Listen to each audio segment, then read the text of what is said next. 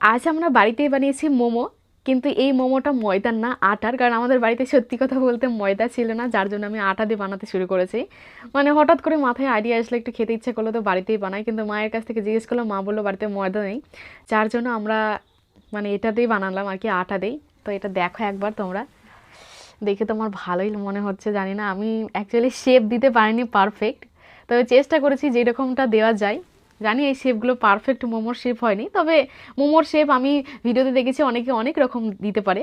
তো সেই জন্য যেমন তেমন আমি পেরেছি সেই রকমই বানিয়েছি। এবার তোমাদেরকে একটা ছিঁড়ে দেখাচ্ছি ভেতর থেকে কীরকম হয়েছে। আই, ভেতরের সবজিটা কি দারুণ লাগছে না? আমি একটা খেয়ে দেখাই কেমন হয়েছে।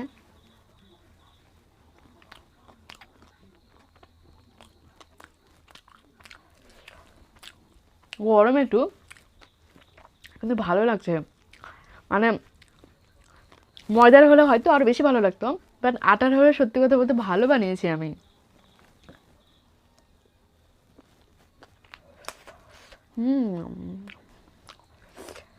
অ্যাকচুয়ালি ভালো হয়েছে।